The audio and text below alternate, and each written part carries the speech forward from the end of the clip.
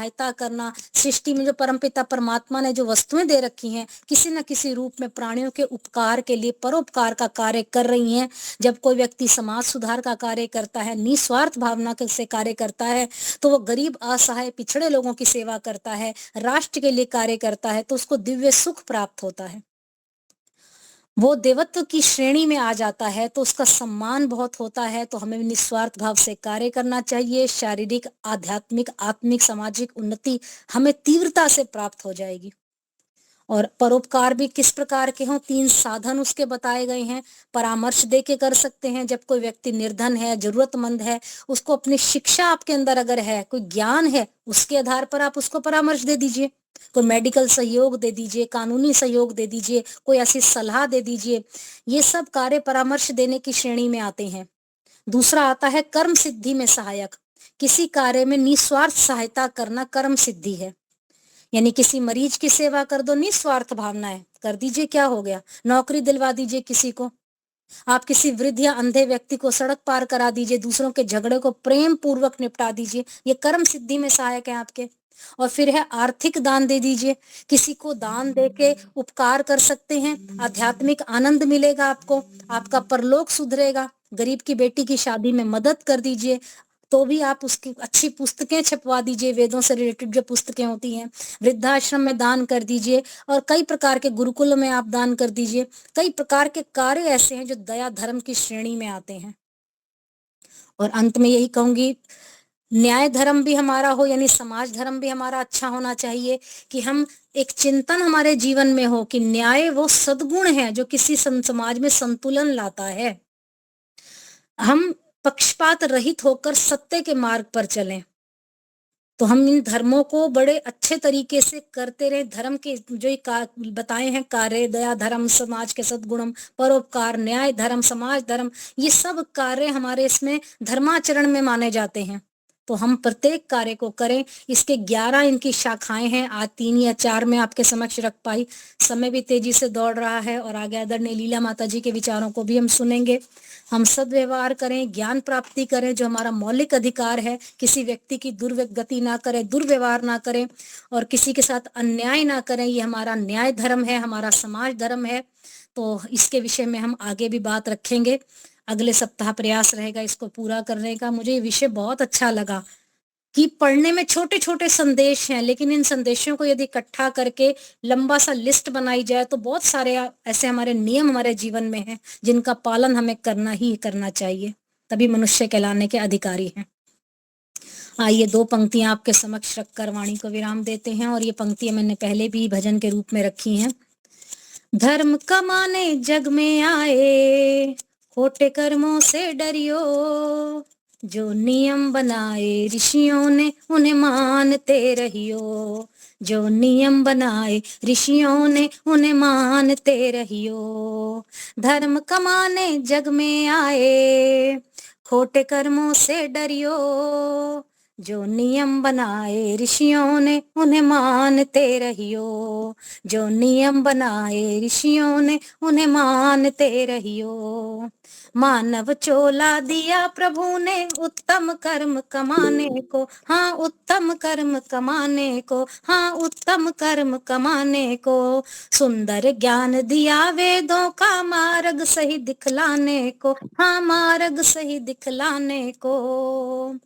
क्या कारण जो तुम्हें न भाए, जरा ध्यान तो धरियो, जो नियम बनाए ऋषियों ने उन्हें मानते रहियो, जो नियम बनाए ऋषियों ने उन्हें मानते रहियो। माया में फंस भूल गया नित रहता मौज उड़ाने को, नित रहता मौज उड़ाने को। खाना पीना याद रहा, जाना कुछ नहीं जमाने को, जाना नहीं कुछ भी जमाने को। आग लगे तब कूप बनाए, बेकार श्रम ना करियो, जो नियम बनाए ऋषियों ने उन्हें मानते रहियो, जो नियम बनाए ऋषियों ने उन्हें मानते रहियो। धर्म कमाने जग में आए, खोटे कर्मों से डरियो, जो नियम बनाए ऋषियों ने उन्हें मानते रहियो, जो नियम बनाए ऋषियों ने उन्हें मानते रहियो। बहुत बहुत धन्यवाद कालिका जी, मुनि जी। इस विषय को थोड़ा सा आगे फिर रखेंगे ताकि हमारा जीवन सुंदर बन सके। बहुत बहुत धन्यवाद। और ये मंत्र का एड्रेस जरा लिख देना, मैं देख लूंगा। किस मंत्र का वेद का किस मंत्र संख्या है वो जरा बता जी देना, जी जिससे जी मैं थोड़ा लिख सकूं। बट हाँ, थोड़ा ठीक है समय निकाल के कर लूंगा। ठीक जी है। जी, धन्यवाद, बहुत बहुत धन्यवाद। जैसे धन्यवाद मैंने आपका। कहा, बानू बहन जी आप एक भजन ले लीजिए, बाद में लीला बहन जी को सुनेंगे।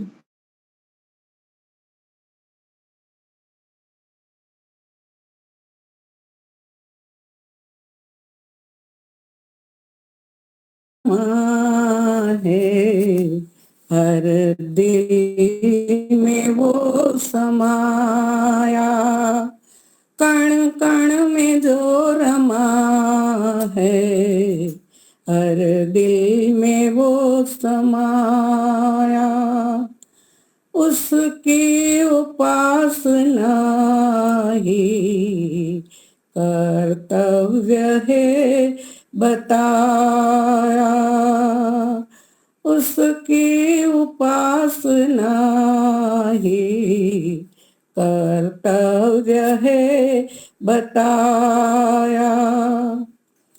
देखो ये तन के पुर्जे करते हैं काम कैसे,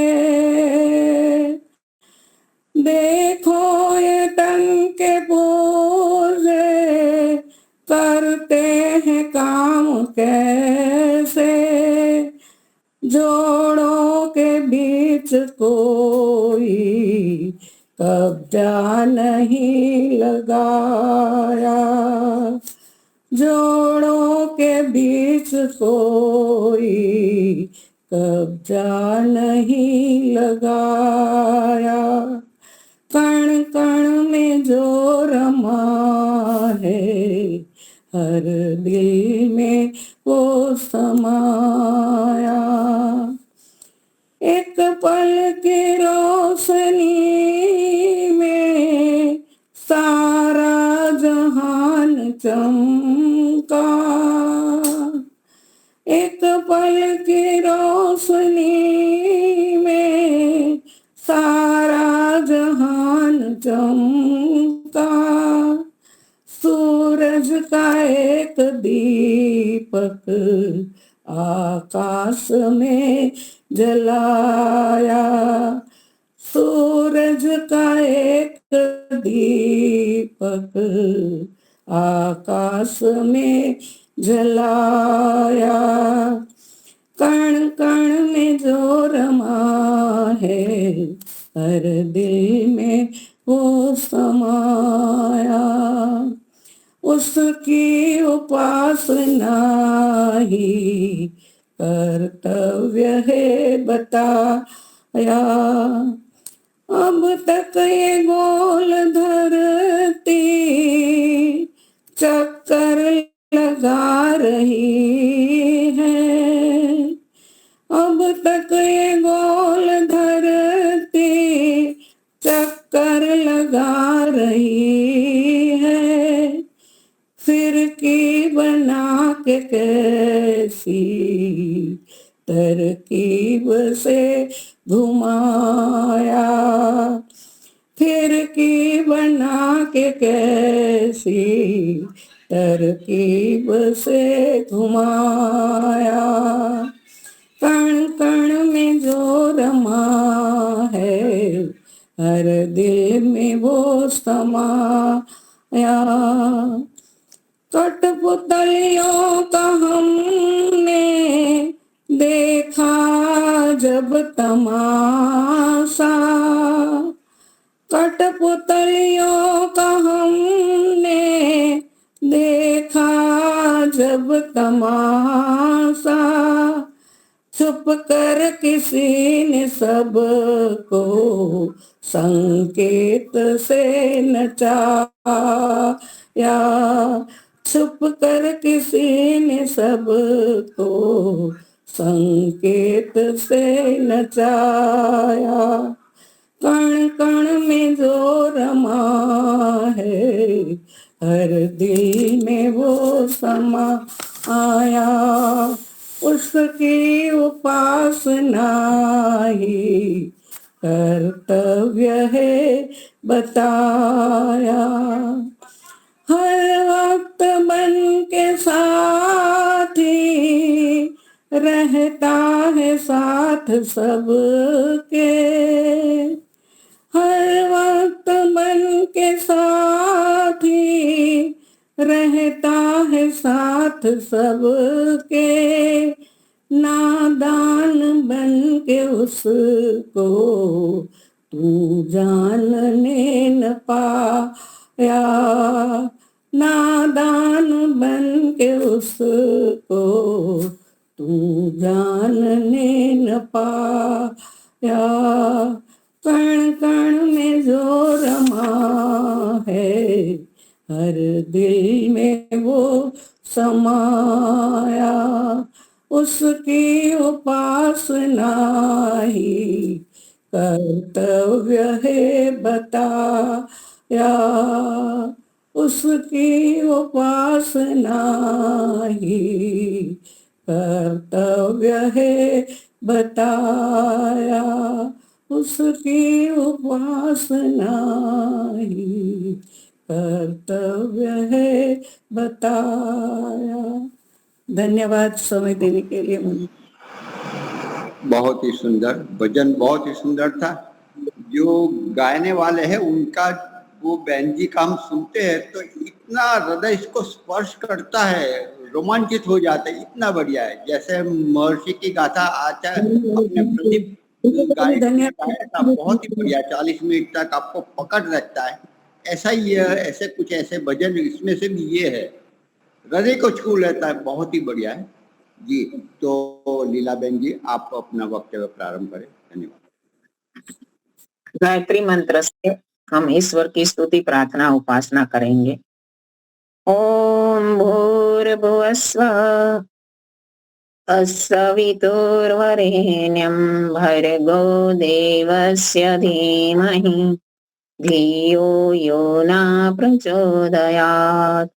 सबका रक्षक, जगत के सब जीवों का आधार, जो प्राणों से भी प्रिय और स्वयंभू है, जिसके संसर्ग से संसार के सारे प्राणी सभी क्लेश और दुखों से मुक्त हो जाते हैं, जो नानाविध जगत में सर्वत्र व्यापक होकर सबका पालन और पोषण करता है, सकल जगत का उत्पादक, सब ऐश्वर्य का दाता, जिसकी प्राप्ति में सभी की सब आशाएं एवं अभिलाषाओं की पूर्ति है, उस पवित्र परमात्मा के पवित्र तेज को हम अपने हृदय में धारण करते हैं। वो परमात्मा हमारी बुद्धियों को निकृष्ट मार्ग से निवृत्त करके उत्कृष्ट मार्ग की ओर प्रेरित करे। आदरणीय मुनि जी, संचालिका बेन दीपालिका जी, धर्म प्रेमी सज्जनों, वंदनीय मातृशक्ति, बहुत ही सुंदर भजन और प्रवचन अभी हमने सुना। मैंने गत सत्संग में गायत्री मंत्र ऊपर कुछ विवेचना की थी, तो गायत्री मंत्र का आधा पाठ की विवेचना हमारी हो गई है, आधा पाठ बाकी है। तो इसमें हमने ओम की व्याख्या की थी। ओम शब्द का उच्चारण करते ही हमारे मन में ईश्वर के सारे गुण आ जाने चाहिए कि सर्वव्यापक, सर्वशक्तिमान, ऐसे तू ही ब्रह्मा है, तू ही विष्णु है, तू ही सब कुछ, सारे नाम ईश्वर के हमारे मन में अंकित हो जाने चाहिए कि ईश्वर का स्वरूप कैसा है, ईश्वर का गुण कैसा है। तो ओम शब्द में ये सब कुछ आ जाता है। जैसे कोई व्यक्ति का नाम हम उच्चारित करते हैं तो उस व्यक्ति का व्यक्तित्व हमारे सामने आ जाता है, पूरा का पूरा, उनके गुण, कार्य आदि। तो इसी प्रकार ओम भूर्भुवः स्वः, प्राणों, भू यानी प्राणाधार, हमारा प्राण देने वाला, हमारे प्राणों की रक्षा करने वाला, हमारे प्राणों को चलाने वाला, और भू हमारे दुखों को दूर करने वाला, स्व हमें सुख देने वाला। हमने बहुत अच्छी लंबी विस्तृत चर्चा इसकी की है। और ओम भूर्भुवः स्वः तत्सवितुर, सविता, एक परमात्मा का नाम सविता है, क्योंकि परमात्मा वो सविता शक्ति है कि सोई हुई प्रकृति को जगाता है और उसका निर्माण करता है और इसमें से सारी सृष्टि बनाता है और सारी सृष्टि प्रक्रिया चलती है, और जब तक ये सृष्टि चलती है तब तक ईश्वर सारे जीवात्मा और सारे योनियों में रहने वाले प्राणियों को जी शरीर देता है, उसकी रक्षा के साधन भी देता है, सबके कर्मों का फल का हिसाब भी रखता है। सारा बहुत सारा कार्य वो करता रहता है, सृष्टि का सर्जन, सृष्टि का पालन, उसका संहार, सब कुछ ईश्वर करता है। इसलिए उसका नाम सविता है। और पिता परमात्मा हमको प्रेरणा भी देता रहता है हर एक समय, हमारे लिए वो प्रेरक है। इसलिए परमात्मा का नाम सविता है, क्योंकि हमारे हृदयों में हर समय परमात्मा एक करने योग्य है, एक करने योग्य नहीं है। इसकी प्रेरणा भय, शंका, लज्जा, आनंद, उत्साह आदि के माध्यम से हमें देता ही रहता है, देता ही रहता है। कभी भी हम सुने या ना सुने, लेकिन उनकी जो प्रेरणा है वो हमें तब सुनाई देती है कि जब हम संसार की दौड़-धाम में, कोलाहल में, बाहर के भोगों में, सांसारिक विषय वासनाओं में लिप्त होते हैं, तब हम ईश्वर की वो प्रेरणाएं सुन नहीं पाते। इसलिए हमें उसकी प्रेरणाएं सुनने के लिए कुछ समय के लिए हमें अंतर्मुखी भी बनना पड़ता है, हमें शांत स्वभाव वाला बनना पड़ता है। तो ईश्वर की प्रेरणाएं हमें हर समय सुनाई देती है। हमारे जीवन में हर समय दो मार्ग होते हैं कि एक मार्ग सत्य का, एक धर्म का, एक न्याय का, अभी बेन ने बताया। तो इसी प्रकार अधर्म, अन्याय का हर समय दो मार्ग है। किसी मार्ग को चुनना है, वो ईश्वर हमें अवश्य प्रेरणा देता है, लेकिन उनकी प्रेरणा हम सुने या न सुने ये हमारे ऊपर डिपेंड है। तो परम पिता परमात्मा हमारा सविता है, हमारा प्रेरक है। तो एक शब्द आता है धीमहि। धीमहि हम कब ईश्वर को हम कब धारण करेंगे? जब परमात्मा के जो गुण मैंने बताए कि जो प्राणाधार है, हम भी किसी के प्राणों की रक्षा करें, जो भू है दुखों का हरता है, हम भी किसी के दुखों को दूर करें, जो स्व है सुख देने वाला है, हम भी किसी को सुख दे, और सविता है प्रेरक है, हम भी किसी को प्रेरणा दे, अच्छे विचार दे, परामर्श दे। अभी बहन बता रही थी ना, किसी को अच्छा परामर्श देना भी ईश्वर की एक अच्छा कार्य है, धर्म का कार्य है। क्योंकि आज लोगों को पता नहीं है, वो ज्ञान नहीं है। हम हर एक व्यक्ति के पास या हमारे कभी किसी के पास अनसमझ है, कोई ऐसे द्विधा में है कि क्या करूं क्या ना करूं। यदि हम उनको सलाह मशुरा करके सही मार्ग यदि बताएंगे और तो उनको बहुत अच्छा लगेगा और सही मार्ग को चुनकर उनके जीवन में कल्याण होगा। तो हमें इसी प्रकार हम जैसे ईश्वर प्रेरक है, उसी प्रकार हमें भी प्रेरक बने। हमें महर्षि दयानंद की बात हमारे अनेक प्रसंगों में महर्षि दयानंद ने अनेकों को प्रेरणा दी है।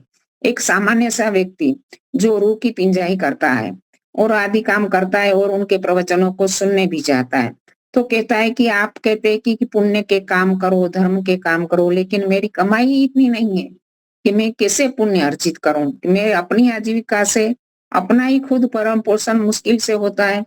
तो महर्षि जी ने एक अच्छा सा परामर्श दिया कि कोई बात नहीं, तुम पुण्य के कार्य नहीं कर सकते, कोई बात नहीं, इसमें चिंता करने की कोई बात नहीं है, लेकिन तुम जो भी दूसरी की रूही लेते हो, इतना ही माप तोल में प्रामाणिकता रखकर रूही, इसमें कोई घालमेल मत करो, इसको पूरा पूरा ईमानदारी से चलाओ, बस ये प्रामाणिकता से काम करो, इतना ही आपके लिए काफी है।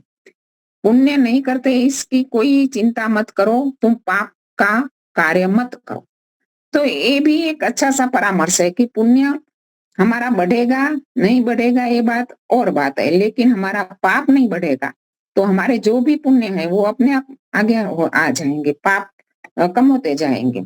तो इसी प्रकार ईश्वर चंद्र विद्यासागर की भी एक बात है कि उन्होंने जब एक रास्ते से गुजर रहे थे तो एक गरीब सा लड़का आया उनके पास और कहने लगा कि मुझे कुछ भोजन नहीं है मेरे पास, वस्त्र नहीं है, तो मुझे कुछ मदद के लिए सहाय करो।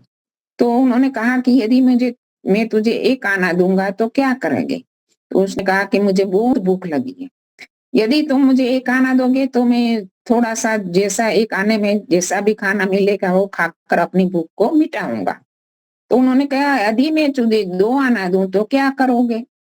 तो उसने कहा कि तो थोड़ा अच्छा सा खाना लूंगा, थोड़ा बचेगा तो इसमें थोड़े मेरा कपड़ा जो टूट गया है वो लूंगा। तो उसने कहा कि यदि मैं तुझे 1 रुपया पूरा दे दूं तो तू क्या करेगा? तो उसने कहा कि यदि तुम मुझे 1 रुपया, क्योंकि उस समय 1 रुपये की वैल्यू भी बहुत थी, आज के 100 रुपयों के बराबर थी।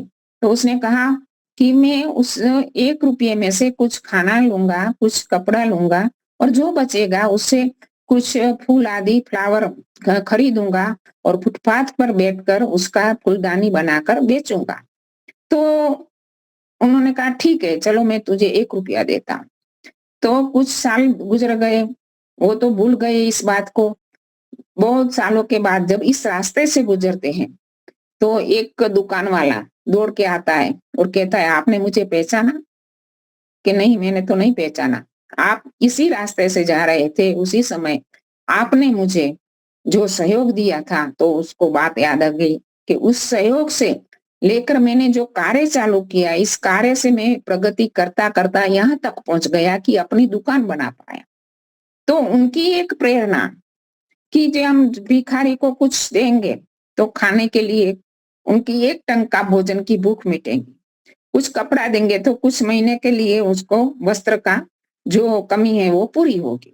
लेकिन यदि हम उसको कुछ ऐसी प्रेरणा दें कि उनकी जीवन भर के लिए उनका जीवन सुधर जाए और उन जीवन भर के लिए वो भिक्षावृत्ति से हट जाए, ऐसा कुछ प्रेरणा दें। क्योंकि आज लोग कई विद्यार्थी भी ऐसे होते हैं, उनको पता ही नहीं चलता है कि हम अभी क्या करें। तो अच्छी सी प्रेरणा दें। तो इसी प्रकार परमपिता परमात्मा प्रेरक है, तो हमें भी प्रेरक बनना चाहिए। आगे का शब्द है ओम भूर्भुवस्सुः तत्सवितुर्वरेण्यम। परमात्मा वरेण्यम है, वरण करने योग्य है। हम मनुष्यों का स्वभाव है कि हम संसार में से किसका वरण करते हैं? हम संसार में से मनुष्यों का स्वभाव है कि अच्छे से अच्छी चीज का वरण करना चाहते हैं। बाजार में जाएंगे, फल खरीदेंगे तो देखेंगे कौन सा फल अच्छे से अच्छा है। सब्जी खरीदेंगे तो भी देखेंगे वो फ्रेश है, कैसी है, कच्ची है, पक्की है, क्या है। तो इसी प्रकार श्रेष्ठ वस्तु का हम वर्ण करना चाहते हैं। कोई भी वस्तु जड़ हो या चेतन हो, हम जड़ वस्तुओं में भी श्रेष्ठ का वर्ण करना चाहेंगे। कपड़े की दुकान में जाएंगे तो भी श्रेष्ठ का वर्ण करना चाहेंगे, गहने की दुकान में जाएंगे तो भी श्रेष्ठ वस्तु का वर्ण करना चाहेंगे। और जो चेतन वस्तु है, इसमें भी हम श्रेष्ठ का वर्ण करना चाहते हैं। परमपिता परमात्मा के संयोग से हमें माता पिता हमें कौन सा माता पिता का चयन हमने नहीं किया, वर्ण हमने नहीं किया, वो हमारे कर्मानुसार परमपिता परमात्मा ने किया है। और संतानों का वर्ण भी हमने नहीं किया, वो परमपिता परमात्मा ने अपने कर्मानुसार उसका हमारे वर्ण किया है। लेकिन पति और पत्नी का वर्ण हम अपनी पसंदगी से करते हैं। तो इसमें क्या होता है कि हम हर एक पत्नी चाहती है कि उसका पति अच्छा हो और हर एक पति चाहता है कि उसकी पत्नी भी सुंदर हो, समझदार हो, शालीन हो और गुणवान हो। तो इसी प्रकार उस प्राचीन समय में क्या होता था, स्वयंवर होता था। स्वयंवरण करना होता था कन्या को अपने पति का, क्योंकि कन्या को ही बड़ा त्याग करना है, अपना पिता का घर छोड़कर पति के घर जाना है। तो उसको वो चांस होता था कि बहुत में से अपने पति का वर्ण करें। और हम सबने पता है कि ऐतिहासिक हमारे महाभारत में भी और रामायण में भी राम ने सीता ने राम का वर्ण किस प्रकार किया, द्रौपदी ने युधिष्ठिर अर्जुन आदि का वर्ण किस प्रकार किया। तो इसके लिए उनके पिताओं ने जो योजना बनाई थी कि अपनी सुकन्याओं को कहीं सुयोग्य वर प्राप्त हो, इसलिए उन्होंने जो शर्तें रखी थी, इसमें खरे उतरने वाले व्यक्ति को वरण किया गया था। तो ये वरण करने के लिए श्रेष्ठों में भी जो श्रेष्ठ है, जैसे कहते हैं ना कि संसार में श्रेष्ठ चीज होती है और श्रेष्ठ चीजों में भी श्रेष्ठ होती है। श्रेष्ठतर श्रेष्ठतम सबसे श्रेष्ठ होती है, वो श्रेष्ठतम कहा जाए। ईश्वर के लिए हम कहते हैं उत्तरम उत्तमम, तो परमपिता परमात्मा तो उत्तमम है, श्रेष्ठों में श्रेष्ठ है। तो इसी प्रकार हम यज्ञ के लिए कहते हैं यज्ञो वही श्रेष्ठतम कर्म। तो उपकार के परोपकार के कार्य अनेक है, जैसे दान देना, किसी की सेवा करना, किसी को हेल्प करना, परोपकार करना आदि अनेक कर्म है। लेकिन अनेक श्रेष्ठ कर्मों में जो श्रेष्ठतम कर्म है वो यज्ञ है, क्योंकि इस कर्म से जितना परोपकार होता है और जितना वैज्ञानिक रूप से और जो भी चीजें उसमें प्रयोग होती है, कम से कम खर्च में ज्यादा से ज्यादा लाभ प्राप्त होता है। तो ये श्रेष्ठतम कर्म है, बताया है हमारे शास्त्रों ने। और ऐसे श्रेष्ठतम चीज का वर्णन करें तो परम संसार की जड़ और चेतन हर चीजों में श्रेष्ठतम चीज को हम शोधे तो वो कौन है? ईश्वर है। ईश्वर की बराबरी करने वाला कोई जीवात्मा अभी तक ना हुआ है। कितना ही बड़ा बुद्धिमान व्यक्ति क्यों ना हो, कितना ही बड़ा ज्ञानी क्यों ना हो, कितना ही बड़ा वैज्ञानिक को भी क्यों ना हो, लेकिन ईश्वर की शक्ति के सामने, ईश्वर की विद्या के सामने, ईश्वर के ज्ञान के सामने उसका ज्ञान न के बराबर है। इतना श्रेष्ठतम है। ऐसा श्रेष्ठतम वस्तु हमें हर पल, हर क्षण, हर स्थान में उपलब्ध है। कितना बड़ा सौभाग्य है हमारा कि उसको हम हर स्थान में, हर क्षण में, हर समय उसको प्राप्त कर सकते हैं। तो उसका वर्णन करने का विचार हमारा होना चाहिए। हम संसार में उलझ जाते हैं, सांसारिक संबंधों में उलझे हुए हैं, हमारी दृष्टि बिल्कुल बाहर पड़ी हुई है, लेकिन बाहर की दृष्टि में भी हम ईश्वर को ढूंढे। सूर्य में ईश्वर को देखे, चंद्र में, वनस्पतियों में, जीवात्माओं में ईश्वर को देखे। हमारी दृष्टि में सर्वत्र ईश्वर ही ईश्वर दिखाई दे, क्योंकि ईश्वर ही श्रेष्ठतम है। उसका हम वर्णन करें। ईश्वर श्रेष्ठतम क्यों है? तो ईश्वर श्रेष्ठतम क्यों है? तो ईश्वर के इसके लिए अनेक चीजें ऐसी है कि जो संसार में हमें सुख प्राप्त होता है, सुख नहीं होता ऐसा नहीं है, क्योंकि सुख के साधन भी ईश्वर ने बनाए हैं और हमारे भोग भी ईश्वर ने बनाए हैं, हमारे विषय भी ईश्वर ने बनाए हैं। लेकिन उन विषयों में, उन भोगों में, सांसारिक साधनों में जो हमें सुख प्राप्त होता है ना, उस सुख में दुख भी मिला हुआ है। ये दुख हमें दिखाई नहीं देता, क्योंकि हमारी दृष्टि केवल मात्र सुख में लगी हुई है। लेकिन वो दुख हमें, सुख भोगते हैं तो उसका परिणाम रूप दुख हमें भुगतना ही पड़ता है। तो ये दुख सुख में है। कोई व्यक्ति कहे कि रसगुल्ला बहुत अच्छा है, खा लो, लेकिन जब हमें पता चले कि इसमें विष भी, बहुत स्लो पॉइजन मिला हुआ है, तो भी फिर हमारी दृष्टि में वो नगण्य हो जाएगा, कितना ही उत्कृष्ट पदार्थ क्यों ना हो। इसी प्रकार संसार के हर एक सुख में जो दुख मिला हुआ है वो योगी की दृष्टि देख सकती है, हम सामान्य मनुष्यों की दृष्टि देख नहीं पाती है। इसलिए ईश्वर का सुख सर्वश्रेष्ठ सुख है, उसके बढ़ से कोई सुख नहीं है। और ईश्वर की रिश्ता, ईश्वर का रिश्ता कैसा है? ईश्वर का रिश्ता हमारा शाश्वत रिश्ता है। अभी हमारा जो रिश्ता है, माता का है, पिता का है, भाई का है, बहन का है, पति का है, पत्नी, कब नहीं, पता नहीं कब छूट जाएगा, हमें कुछ भी पता नहीं। वो रिश्ता शाश्वत नहीं है, कुछ समय के लिए है। हम संसार में देखते भी हैं, अनेकों को मृत्यु होते, रिश्ता टूटते हुए। तो ये ईश्वर का रिश्ता ऐसा रिश्ता है कि वो शाश्वत रिश्ता है, वो कभी हमें से छूटने वाला नहीं है। वो हमारा ऐसी माता है, वो हमारा ऐसा पिता है, ये हमारा ऐसा राजा है, ये हमारा ऐसा गुरु है कि वो कभी भी हमारा वो रिश्ता टूटने वाला नहीं है। तो ईश्वर श्रेष्ठ है और ईश्वर की शक्ति के सामने हमारी शक्ति कुछ भी नहीं है। ईश्वर के अंदर अनंत गुण है, अनंत कर्म है, अनंत स्वभाव है। उसको हम जीवात्मा पूरा का पूरा जान ही नहीं सकते। वेदों के माध्यम से परम पिता परमात्मा ने हम जितना जान सकते हैं ईश्वर को इतना दिया है। हम तो वेद का भी कुछ ही अंश पढ़ पा रहे हैं, कुछ वेद मंत्रों को ही हम यज्ञ में और संध्या में प्रयुक्त करते हैं और ईश्वर को जानते हैं। लेकिन ईश्वर का इतना स्वरूप है, इतने गुण है कि हम उसके गुणों में कुछ तल भर भी जान सकते हैं। और ईश्वर का बनाया हुआ संसार, ब्रह्मांड भी कितना बड़ा है, लेकिन ईश्वर के सामने वो ब्रह्मांड एक परमाणु के समान है, ऐसा बताते हैं हमारे विद्वान। ईश्वर इतना अनंत है, इतना बड़ा है, और इतने बड़े ब्रह्मांड को बनाने वाला ईश्वर है, और ब्रह्मांड ने जो पदार्थ बनाए हैं ईश्वर ने, उसको भी हम पूरे का पूरा नहीं जान सकते। सामान्य उदाहरण से समझे कि जब मेडिकल साइंस में एक्सपर्ट बनता है, डॉक्टर बनता है किसी भी ऑर्गन का, जैसे आई स्पेशलिस्ट बना, तो आंख का वो इतना ही ज्ञान प्राप्त कर सकता है, पूरे का पूरा ज्ञान प्राप्त ही नहीं कर सकता। तो ये ज्ञान इतना है कि हम उसका पूरा का पूरा जान ही नहीं सकते। तो ईश्वर का हम ईश्वर के बनाए हुए पदार्थों का ज्ञान भी पूरे का पूरा नहीं प्राप्त कर सकते, ना तो ईश्वर को हम पूरे का पूरा जान सकते हैं। तो इतना महान ईश्वर है, तो इसको छोड़कर हम दूसरों का वर्णन क्यों करें।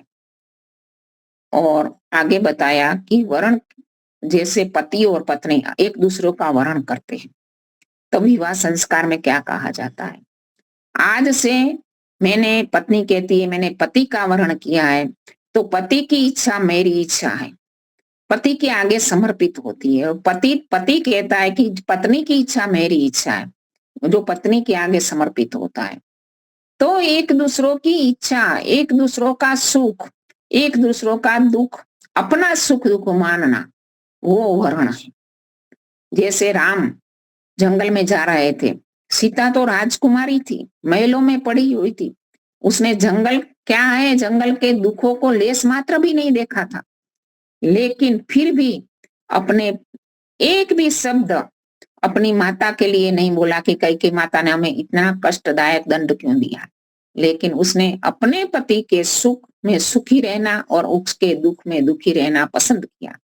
वो वर्ण है एक दूसरों का, क्योंकि जीवन के बंधन में बंध जाते हैं।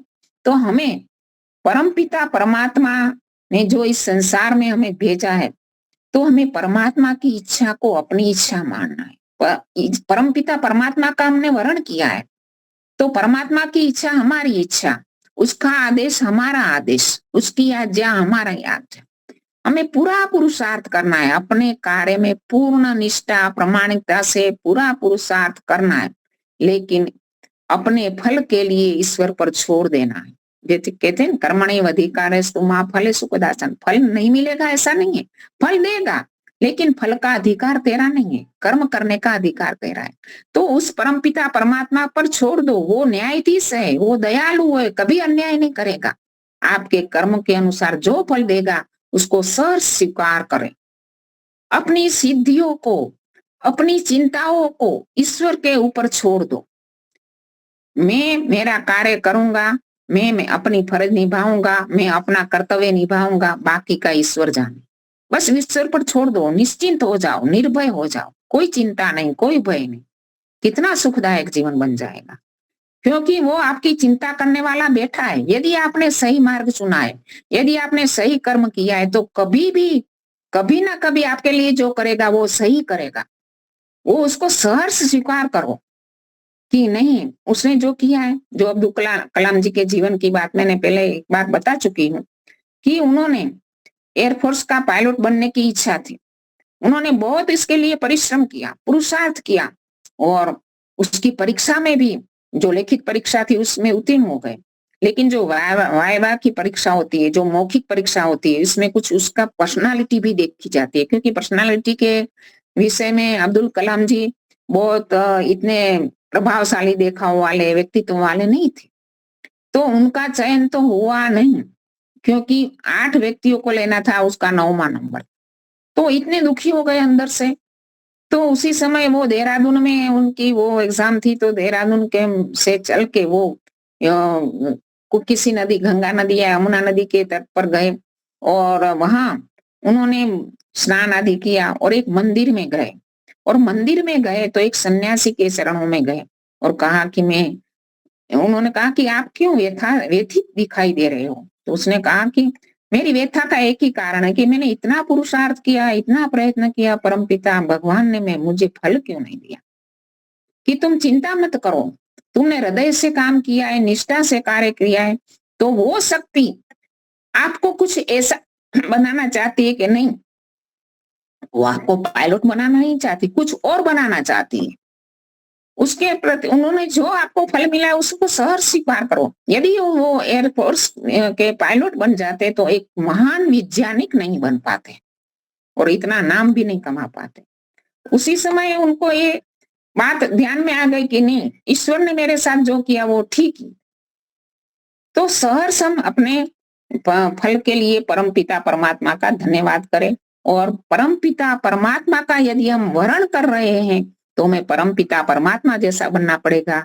ईश्वर हमारे सुखों के लिए ही निरंतर कार्य करता है, तो हमें भी दूसरों के सुख के लिए कार्य करना वो ईश्वर का सच्चा वर्ण है।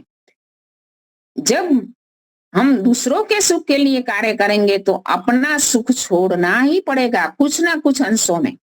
जब हम दूसरे व्यक्ति को सुख देना चाहेंगे तो अपना सुख छोड़ना पड़ता है। हम बस की सीट में बैठे हुए हैं, कोई माता बच्चे को लेकर खड़ी है, यदि उस माता को हमें जगह देनी है तो हमें खड़ा होना पड़ेगा। तो इसी प्रकार माता पिता अपने संतानों के लिए कितना कष्ट सहते हैं, क्योंकि संतान को सुख देना चाहता है। माता गीली पथारी में सो जाती है अपने संतान को सुखे में सुलाने के लिए। तो हमें भी अपने दुखों को सुखों का त्याग करके ही दूसरों को सुख दे पाते हैं। लेकिन अभी बहन कह रही थी ना कि आज के युवाओं में, आज की व्यक्तियों में वो सहृदयता का भाव ही नष्ट हो रहा है। दूसरों के दुख को देख ही नहीं पा रहा है, कहाँ क्रूरता का व्यवहार करना है, कहाँ कोमलता का, उसकी समझ में ही नहीं आ रहा है। छोटे छोटे बच्चे निस्सहाय असहाय व्यक्तियों के प्रति कितनी हंसी मजाक उड़ाते हैं, क्रूरता का व्यवहार कर देते हैं, उसमें हमदर्दी जैसा भाव ही नहीं है। उसकी एक घटना सुना के मैं प्रवचन पूरा करूंगी, टाइम हो गया है। तो एक बम्बई की घटना है कि एक माँ ने, एक उसकी छोटी सी बेटी थी, उसको पिज्जा खाने की इच्छा हुई तो उसने पिज्जा ऑर्डर किया। तो पिज्जा ऑर्डर तो कर दिया, लेकिन पिज्जा देने वाला व्यक्ति रहा, क्योंकि जो इस बात का ऑर्डर किया है ना वो इंतजार करते हैं तो हमें बहुत टाइम लंबा लगता है। तो बरसात भी बहुत हुई थी, बारिश भी बहुत थी, वो आने में लेट हो गया। तो उसी समय उसने इतना धमकाया, क्योंकि वो उसके कपड़े भी कीचड़ से लदे हुए थे, उसके हाथ में भी थोड़ा खून निकल रहा था, कहीं घसोट लगी हुई थी, कहीं खरोच लगी हुई थी, और बेचारा कांपता हुआ ठंडी में आ रहा था, और पिज्जा का बॉक्स भी थोड़ा बेंड हो गया था। उसने कहा कि आंटी जी सुनो मेरी बात, मैं लेट क्यों हुआ हूँ। उन्हें सुनना ही नहीं था, उसने तो एकदम धमकाना चालू कर दिया, मुझे नियम बता रहा है, क्या कर रहा है, इतनी देरी से आता है, मैं कस्टमर केयर को फोन करती हूँ। ऐसे वैसे उसने फोन के हाँ गिड़गिड़ाया, पाँव में पड़ा कि प्लीज ऐसा मत करो। आज की पगार, आज की सैलरी मेरे लिए बहुत मायने रखती है, क्योंकि मेरी बहन के हार्ट में एक होल हो गया है, तो उसका ऑपरेशन कल करवाना जरूरी है। मेरी 6-7 वर्ष की बहन है, उसका जीवन और मरण का प्रश्न है, प्लीज आप ऐसा मत करिए। वो सुनने वाली ही नहीं थी, उसने तो फोन कर दिया और उसकी नौकरी भी छूट गई। तो उस थोड़ी देर में ही उसका फोन आया, कहाँ से, कोई हॉस्पिटल से, कि आपके पति का एक्सीडेंट हुआ है। तो उसने कहा, दौड़ी दौड़ी भागी, हॉस्पिटल में गई, तो उन्होंने कहा कि आपका पति अभी सेफ है। यदि एक भगवान का दूत बनकर एक लड़का ना आया होता तो आपका पति आज आपका पति ना रहता, वो प्रभु का प्यारा हो जाता। कि वो कौन है मुझे बताओ। कि वो एक लड़का था, वो पिज्जा डिलीवरी बॉय था। रास्ते में उनकी गाड़ी को टक्कर लगी, एक्सीडेंट हुआ ट्रक से, तो गाड़ी एकदम से लॉक हो गई। उनका पति अंदर था और पेट्रोल लीक हुआ तो गाड़ी में आग लग गई।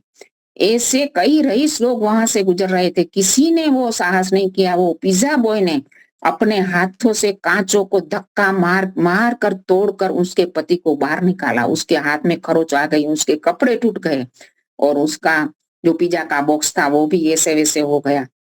तो उसने एकदम से, उसके पग तले से धरती सरक गई कि मेरे पति को प्राण देने वाला, मेरा भगवान बनकर आने वाले के साथ मैंने कैसा व्यवहार किया।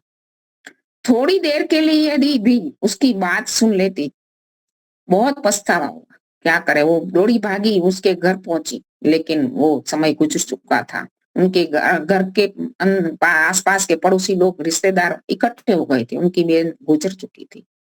वो अब क्या करे उनके पैसे से। तो हमें दूसरों के दुखों को समझना चाहिए। ऐसे ही कहा गया कि दुखी के दुख की बात सुखी ना समझ सके, यदि सुखी जो समझे तो दुख कहाँ के दुनिया में टके। आज सुख में हमारे युवा युवतियां कितनी क्रूर और कोमल कहाँ बनना है वो समझ ही नहीं पा रहा है, कैसा कैसा व्यवहार करते हैं, तो अपने स्वार्थ की सिद्धि में ही पड़े हैं। तो आज हमें यही सीखना है कि ईश्वर का यदि हमने वर्ण किया है तो हमें भी दूसरों के दुखों को दूर करना ही पड़ेगा। दुखों को दूर करने के लिए हम अपने सुखों का कुछ त्याग करना पड़े तो उस सुख में भी हमें सुख है, आनंद मिलेगा। वो ईश्वर की कृपा है। ओम शांति। बहुत अच्छा जी, आपका बहुत बहुत धन्यवाद। हाँ, शंकर प्रसाद जी, शांति पाठ। आवाज जा रही है? सबको हाँ, सादर नमस्ते। आज के कक्षा का समापन शांति पाठ और गौर से बहन जी को बहुत बहुत धन्यवाद। ये प्रेरणा के शब्द हम लोगों को मिले। पहले शांति पाठ। ओम ध्यो शांति अंतरिक्षम शांति पृथ्वी शांतिरापः शांतिरोषधयः शांतिर्वनस्पतयः शांतिर्विश्वे देवा शांतिर्ब्रह्म शांतिः सर्वं शांतिः शांतिरेव शांतिः सामा शांतिरेधि। ओ शांति ही शांति ही शांति। जय घोष। जो बोले सो अभय। वैदिक धर्म की आवाज जा रही है? हाँ जी, आ रही है जी। जो बोले सो अभय। मर्यादा पुरुषोत्तम भगवान रामचंद्र की जय हो। योगराज भगवान कृष्णचंद्र की जय हो। व्याकरण सूर्य गुरु बिरजानंद की जय हो। युग प्रवर्तक महर्षि दयानंद सरस्वती की जय हो। स्वामी श्रद्धानंद की जय हो। भारत माता की जय हो। गौ माता की आनंद हो। देश के अमर शहीदों की जय हो। जय हो। वेद की ज्योति जलती रहे। और ओम का झंडा ऊंचा रहे। आर समाज अमर सत्यार्थ प्रकाश अमर प्रणव ध्वनि